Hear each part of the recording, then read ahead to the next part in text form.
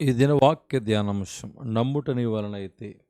ఉదయకాలమున ఏకీభవించిన మీ కుటుంబాలకి శుభము కలుగునుగాక.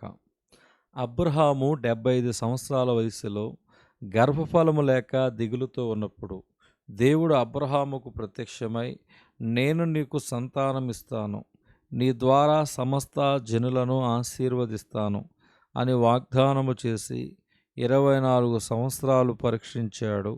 ఎన్నో మార్లు అబ్రహాము ఎంతగానో పరీక్షింపబడిన తర్వాత, అనగా అబ్రహాము 99 సంవత్సరాలు వచ్చిన తర్వాత, శారాకు స్త్రీధర్మమును నిలిచిపోయిన తర్వాత, అనగా ఇక పిల్లలు కలుగుట అసాధ్యము అనే స్థితికి ఈ వృద్ధ దంపతులు చేరిన తర్వాత, అబ్రహాముకు దేవుడు ప్రత్యక్షమై, నేను సర్వశక్తిగల దేవుడను, నా సన్నిధిలో నడుచుచు నిందారహితుడివై ఉండము. ఆదికాండము 17:1. యెహోవాకు అసాధ్యమైనది ఏదైనా ఉన్నదా? మీదటికి కాలమున నిర్ణయకాలమందు నీ యొద్దకు తిరిగి వచ్చేదను, అప్పుడు శారాకి కుమారుడు కలుగునెను. యెహోవా తను చెప్పిన ప్రకారము శారాను దర్శించెను. శారా గర్భవతి అతని ముసలితనమందు అతనికి కుమారుని కనెను.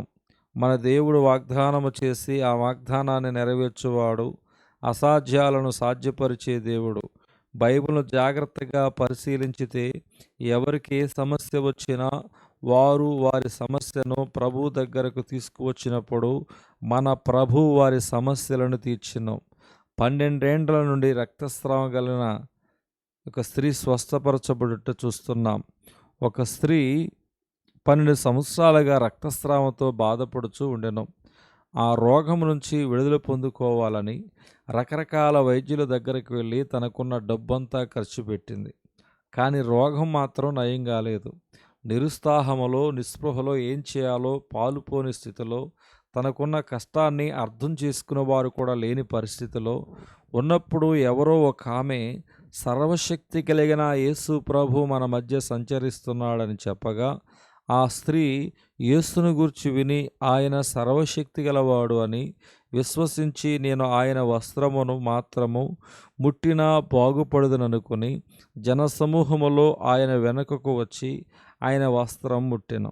వెంటనే ఆమె రక్తధార కట్టిన గనుక తన శరీరములోని ఆ బాధ నివారణ అయినదని గ్రహించుకొనెను. 12 సంవత్సరాలుగా నయం కాని ఆ రోగము ఏ ఒక్క వైద్యుడు బాగు చేయలేకపోయినా, ఆ రోగము కేవలం యేసయ్య యొక్క వస్త్రపు చెంగు ముట్టుట ద్వారా నయం కాబడింది. యేసయ్య పట్ల ఆమె కలిగిన విశ్వాసమే తీరని సమస్య చిటికలో తీర్చెను. దేవుని పట్ల నీ విశ్వాసమే నీ జీవితంలో సమాధానం తీసుకుని వస్తుంది. అపవిత్రాత్మ చేత బాధింపబడుతున్న కుమారుడు బాగుపడుట. ఆ తండ్రి తన కుమారుడు పెరిగి పెద్దవాడై ప్రయోజకుడు కావాలని ఆశించాడు. కానీ ఆ కుమారుడిని ఒక దయ్యము పట్టి విలవిలలాడించుచుండెను. అది వాని నాశనము చేయవలని తరచుగా అగ్నిలోనూ నీళ్లలోనూ పడద్రోయుచుండెను. ఆ కుమారుడు ఇంట్లో నుంచి బయటికి వెళితే తిరిగి ఇంటికి వచ్చే వరకు ఎంతో భయంతో సమయం గడిపి ఉంటాడు. సాధారణంగా ప్రతి తండ్రి ఆశపడతాడు ఒక కొడుకు ఉండాలని. కానీ ఈ తండ్రి కలిగి ఉన్న కొడుకును బట్టి ప్రతిరోజు కన్నీరు కార్చే ఉంటాడు. పుట్టినప్పటి నుండి అట్టి స్థితిలో ఉన్న కుమారుని పెంచడం కష్టమై ఇబ్బంది పడుతున్న సమయంలో ఎవరో ఒకతను సర్వశక్తి గల దేవుడు మన గ్రామంలో సంచరిస్తున్నాడు, ఆయన దగ్గరకు తీసుకుని వెళ్ళు, నీ సమస్య తీరుతుందని చెప్తారు. ఆ తండ్రి ఎంతో సంతోషించి యేసయ్య దగ్గరకు తీసుకువెళ్ళాడట. తండ్రి, ఏమైనను నీ వలనైతే మా మీద కనికరపడి సహాయం చేయమనను. అందుకు యేసు, నమ్ముట నీ వలనైతే నమ్మువానికి సమస్తమును సాధ్యమని అతనితో చెప్పెను. వెంటనే ఆ తండ్రి, నమ్ముచున్నాను, నాకు అపనమ్మకం ఉండకుండా సహాయం చేయమని బిగ్గరగా చెప్పెను. యేసు ఆ అపవిత్రాత్మను గద్దించెను. అది పెద్ద కేక వేసి వాని విలవిలలాడించి వదిలిపోయెను.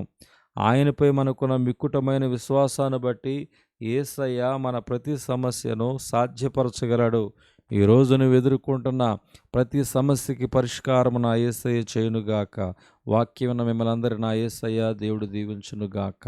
ఆమేన్.